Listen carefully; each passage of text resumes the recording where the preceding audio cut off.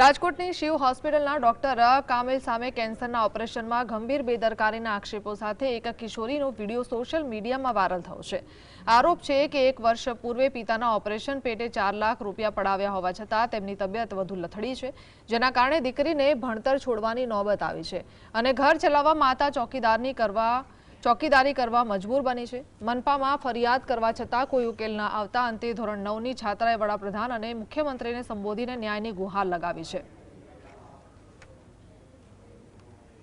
Hospital doctor Kamil તેમણે એવું કહ્યું, મારી પપ્પા સાથે હવે અમારી પૈસા કંઈ જાજુ નથી, મારું ભણવાનું પૂરું થઈ ગયું, ફીના પૈસા પણ નથી, એટલા વિડીયો એટલો આગળ મોકલો કે આખું ગુજરાત જુએ।